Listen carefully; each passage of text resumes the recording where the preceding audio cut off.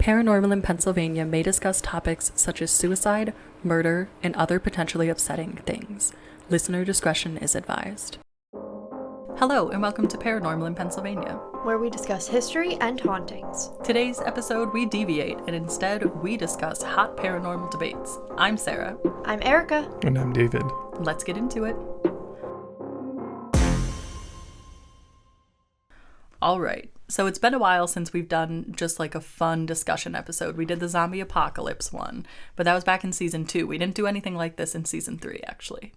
Or in season 4. Yeah, there you go. So we have 5 questions. You guys have not seen these questions. No.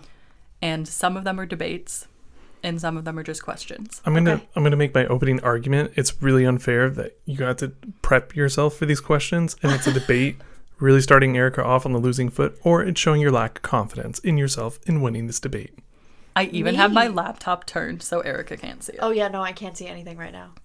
First question. Are mummies just zombies? Discuss. Wow, that's a good question. I don't think I've thought about that, but I think it depends how you define a zombie, okay? Because if you're saying, and I'll say my opinion in a second, but if you're saying that a zombie is like a human who has been infected by a virus. Actually, you know what? I'm going to go with no. I'm going to say no. I just talked myself out of it. Here's why. A zombie is someone who is like technically undead, but I think before they became a zombie, they were living. And then they were infected by something that turned them into an undead being. Wait.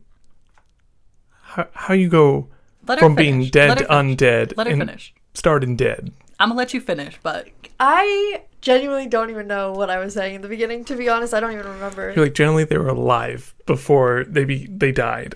Yes. No, I'm saying like all of the tropes about zombies are you're a human being alive and then you get bitten by a zombie and you turn into this like undead creature. Whereas a mummy, you are dead, like you have died from natural causes, and then they wrap you up and then you kind of come back to life. So I think there's a distinction there.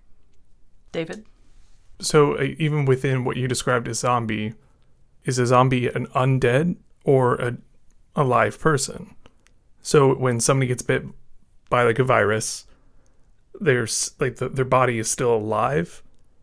They just become like a bloodthirsty savage. Some of them, like The Walking Dead, they die and then they come back as a zombie. So technically undeath. So is undeath the distinction that we care about? If it's undeath, you might be able to make an argument for mummy, but also then it would depend on like the incarnation of the mummy. It does some mummies have reported powers. So if the mummy has powers, it feels like something very not zombie-like. Yeah. That's something I didn't consider. See, my take was rectangle and square comparison. So every mummy is a zombie because the mummy in this metaphor is the square, but not every zombie is a mummy. Because every mummy's a zombie, because a zombie to me is just a reanimated corpse. But a mummy is specific to the practices of mummification. So a mummy is reanimation of a corpse that was mummified versus a zombie is just the reanimation. Yeah, that also makes sense. I understand what you're saying. Yeah, it's a really clear, well thought out argument, almost as if you prepared it for this episode. I know, my first sentence made 0 sense. Well, okay, to be fair, that's the question that started me wanting to do this episode, because I just got thinking about it one night and I was like,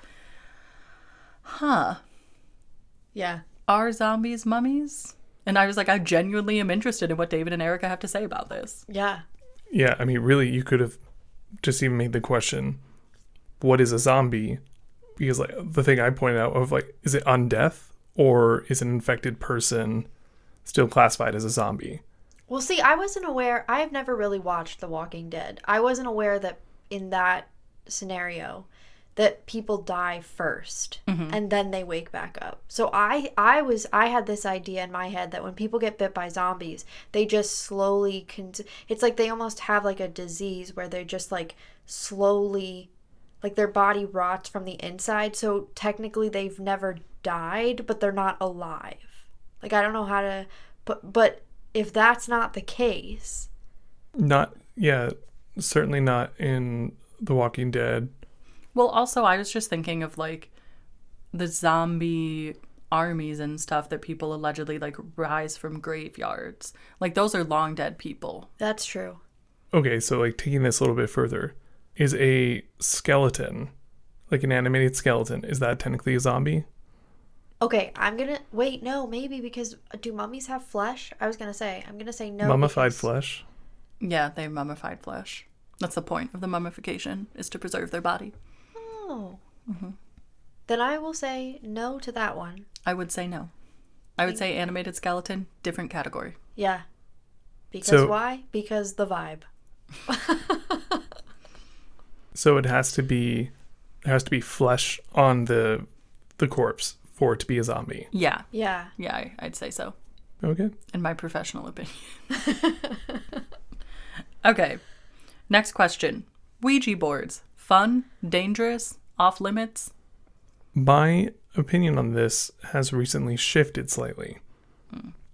It came from the podcast that we guest starred on. Opening the door. Opening the door. Yes, thank you. Shout out to Haley, Opening the Door. Check her out for sure. You can listen to her wherever you get podcasts, and she is a medium that does classes also for people interested in mediumship. She's really great.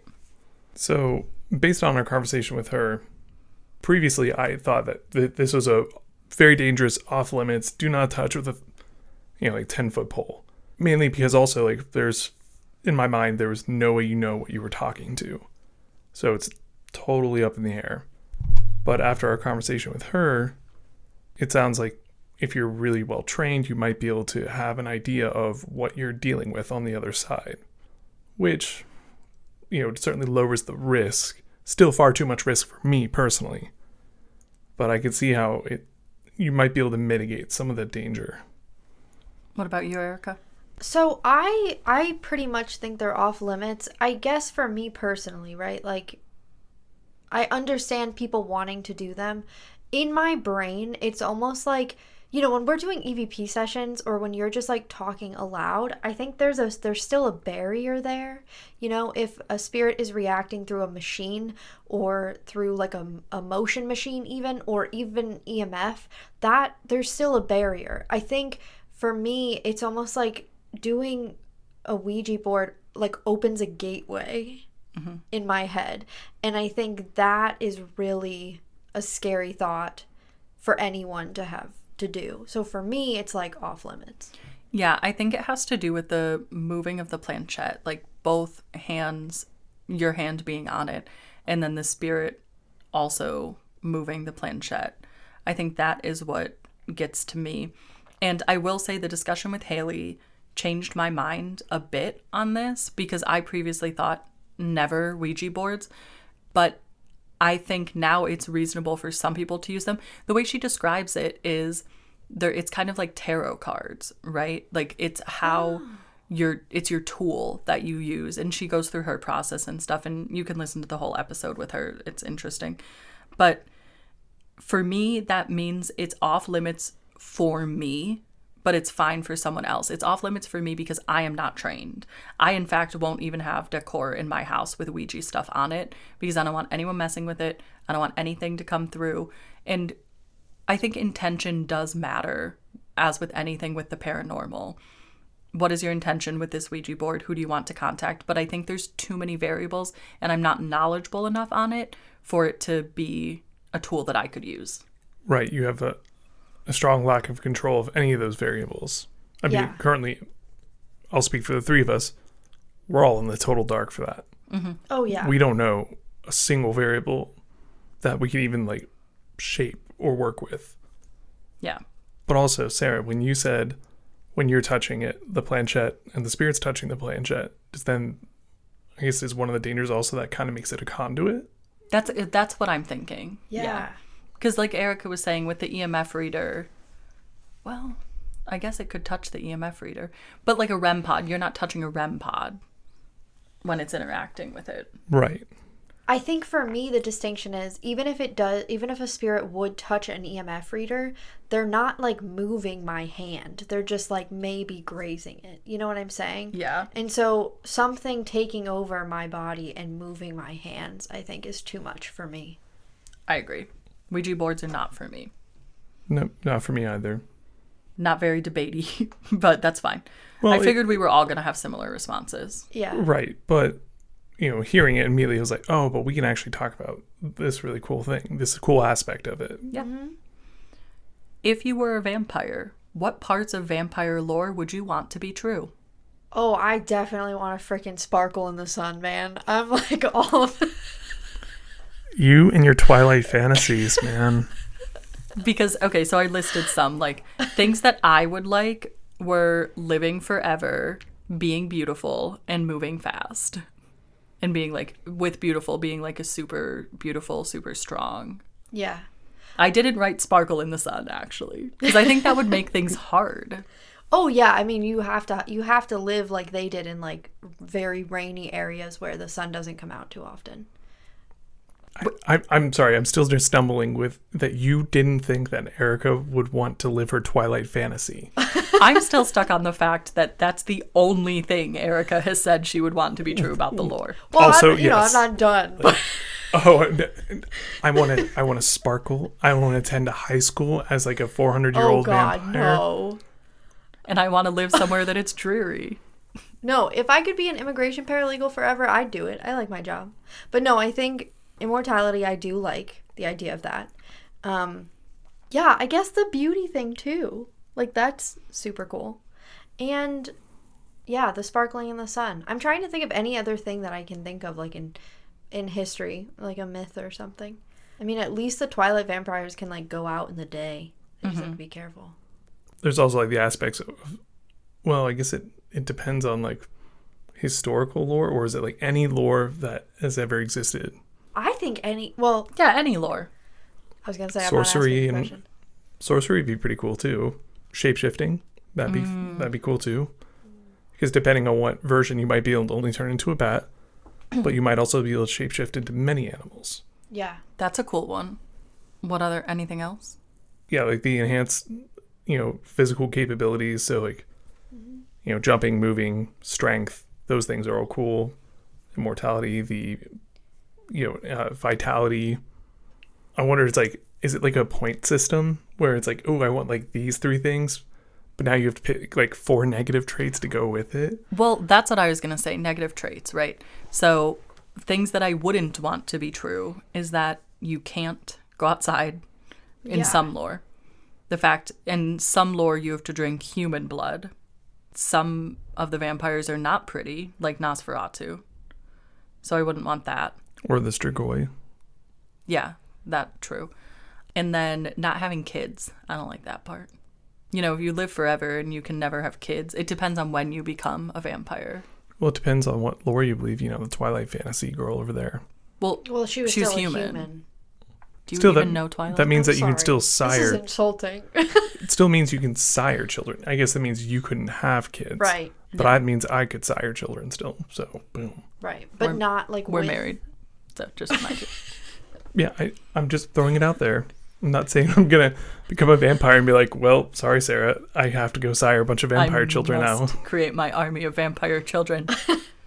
I think a negative for me is that they're like damned. So, okay, so like I don't really know the lore of like traditional vampires, which I apologize to everybody. I just know the Twilight lore, but but in that series, you can like take apart a vampire and light them on fire, and that's how they die, technically. Yeah. So, if you were ever getting to a point where you were like, I'm done, you could do that. But they are apparently damned. Like, there's no afterlife for them because they've, like, chosen... Well, not even chosen, because they've had this life. So, I don't want that. Yeah. Right, yeah. I think it goes, like, the price of the immortality is eternal damnation for when you go. Yeah. But if we could just cut that out, great.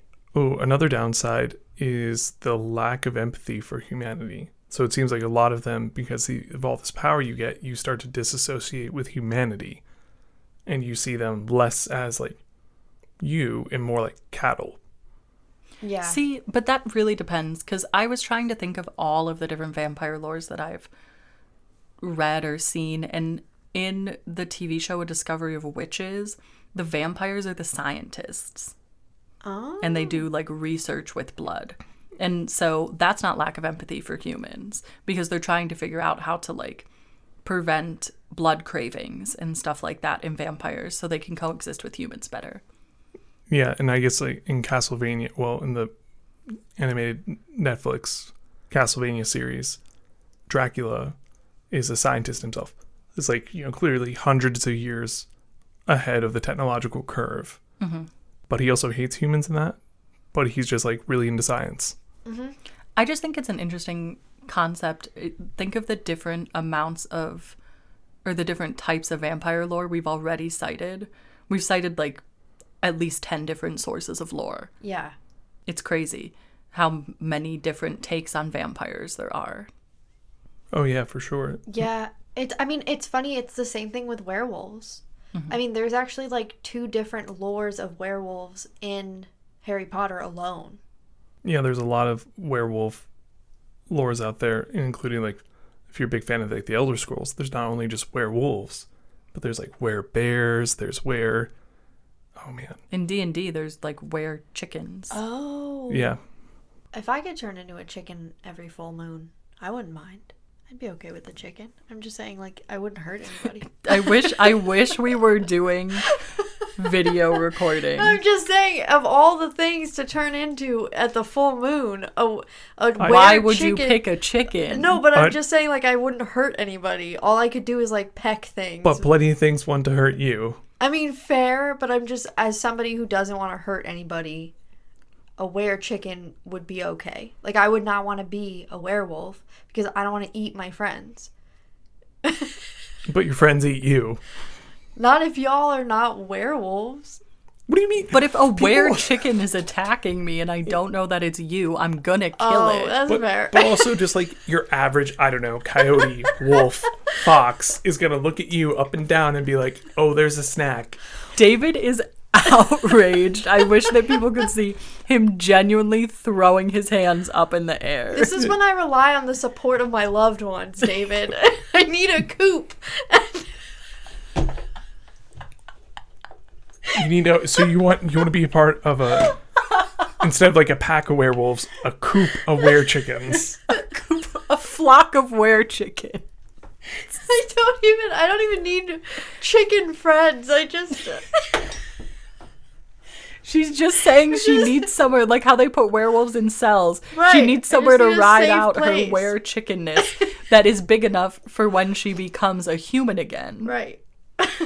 Oh yeah, because that's going to be really hard to contain as a were-chicken. Well, I'm just saying so that I don't attack people that then kill me. People are like, did you get a pet chicken? I'm like, that's just Erica. Careful, she bites. Or in this case, pecks. Oh my gosh. Whew. Okay, moving on. What spirit that we encountered this season or any past season would you most want to talk to or encounter? I'll start with mine since I had time to prepare. It's hands down Emma from Slippery Rock. I want to talk to her so bad. She's a socialite that donated to the theater program at Slippery Rock, and she's still there haunting the theater. If you haven't listened to the Slippery Rock episode, go listen to it. She sounds so cool. Emma is certainly a strong contender. I say that because I'm not, like, I'm latching onto that idea at the moment. Because, yeah, she was this really influential socialite, a very wealthy woman, and during that time period, if I am remembering correctly, was not a super common occurrence. It was like the 50s and 60s. Withdrawn, but, you know, not as prevalent as is now. But still, just a really influential woman. It sounds like she just did a lot of cool things. A lot of parties, a lot of socialite things, believe it or not. As a socialite, she did socialite things. Yeah, but there's also like Martha of the Grand Midway. There's Al Capone from Eastern State. You know, there are big names as well. So Martha would be a very if it's like a full-blown conversation, it would be very interesting to see what life was like in that town from that period and what her experience was. Some people might really dislike me for this. Al Capone doesn't have too much interest to me. That's fair. I mean, or like Harold from Harold's Haunt. Like, I'm just throwing people out there. Yeah. Sure. Erica, what about you? You know what? I think I'd want to. This was from last season, season 4. I think I'd want to speak to the man at the bookstore who reads a newspaper but doesn't show up to the staff. Because I'm curious to see what he's doing there and if he's really just chilling. I don't know how often people talk with him if they're just seeing an old man with a newspaper, not realizing that it's a spirit. You know what I mean? Yeah. So almost to like give him some company to see if he needed some. It's like noble. Meanwhile, Sarah like, yeah, we just want to talk to this really cool woman. No, Emma sounds really cool though. That would be a really cool thing she would be really cool to interact with. So I don't know if this counts. Oh, but there's also no pool tables. I was going to say the Westchester... The sidebar? The sidebar, when there were pool tables upstairs, and it sounds like people are playing pool, it'd be really cool if there was a pool table and I just started playing pool, then another cue stick came up and just started playing pool with me. Yeah. That is cool. There's also all the San Antonio, Texas haunts, the theme park haunts, etc. I think I'd also probably like to talk to the pastor from St. Nicholas Church. The like ghostly pastor that walks up and down. Good distinction to make there. Or Sarah from Linden Hall, the coal baroness. Oh yes, Linden Hall would be really cool too. That's the devil's room, right? Actually, she's my front runner because I would want to talk to her about her experiences of running that business and what it was like to take the reins from her husband. Yeah. Knowing, if I'm not mistaken, like nothing. And so from going to literally 0 to 100 for any human being would be an incredibly difficult task. And yet she did it. And if I remember, she has like no formal education either, or like rudimentary education. So like she really did it. And to the point where you have Carnegie and Mellon coming to your house on weekends, or like, a couple times a year at least. Yeah, that would be cool. And I also think the Black Powder Tavern, because there's so many spirits there allegedly, and it's such a historical spot that was used for the revolution for spies. I would like to talk to the spirits there because I think learning about the spy techniques like the espionage in the Revolutionary War would be amazing. Yeah, definitely. So, and that's an interesting thing to say because part of my frame of mind is to take you like, they're talking to you, but they're not like necessarily an open book. So I guess when I'm thinking of the spies or like Al Capone, they're not going to tell you all their secrets. Yeah, that's true. Okay. They're like, who are you? I'm like, I love America. They're like, sounds like something a British person would say. Yeah. Right. But it would be like, if they were willing to share these things, some of these conversations would be so much more interesting. Yeah. Like with the spies, like, so like, what did that mean? Like what tactics, strategies did you have to use in order to be a spy? Was it very simple dealings or was it like you were deep in? Yeah. And just about the history of that time, like what don't we know? This is going to sound so illegitimate, but I've been watching Sleepy Hollow, and the premise of it is Ichabod Crane was like in the Revolutionary War. And so he's talking about like, what did the lanterns from Paul Revere really mean? And stuff like that. And so I think it would almost be like that, but real, to be able to talk to these people. Yeah, I think that'd be really cool too, to like, yeah, because like there are like blank spots in the history. So Martha or, oh my goodness, Linden Hall, Sarah, thank you. They'll provide context that we just simply don't have now. Yes. Another person I just thought of was the person from the Mercer Williams house. Was it John Williams? Yes, I think. The one that was allegedly like the murderer. The one who owned the mansion. Yeah. I cannot remember his name, which is funny because it's called the Mercer Williams house. Yeah, but so we know it's something like that. But yeah, I think that would be interesting because the book, I think it would be cool to have corroboration of the events of the book. Yeah. Wow, that's like season 2. Yeah. Wow, it's going back there. The Savannah episode. Yeah, well, if we're going out of season, then definitely going to like Fort Mifflin as well in that regard. I still think Emma's my top choice. Sarah's mine. The man in the newspaper is mine. Yeah. So if you haven't listened to those episodes, go check them out. Those were all of my paranormal debate questions. Ouija boards, maybe. Mummies, maybe zombies. Depends on the definition. Ouija boards, I think we came out as a solid no for us unless trained professional kind of deal. Yeah. Vampire, depends on the lore. And Emma of Slippery Rock, Sarah of Linden Hall, and the newspaper man of Baldwin's Book Barn. Yeah. Cool. Well, thank you for tuning in for this week's episode. I hope you enjoyed this deviation, more relaxed chit-chat. Tune in next Thursday to see what history and hauntings we discuss next. Stay spooky, my friends. Spooky.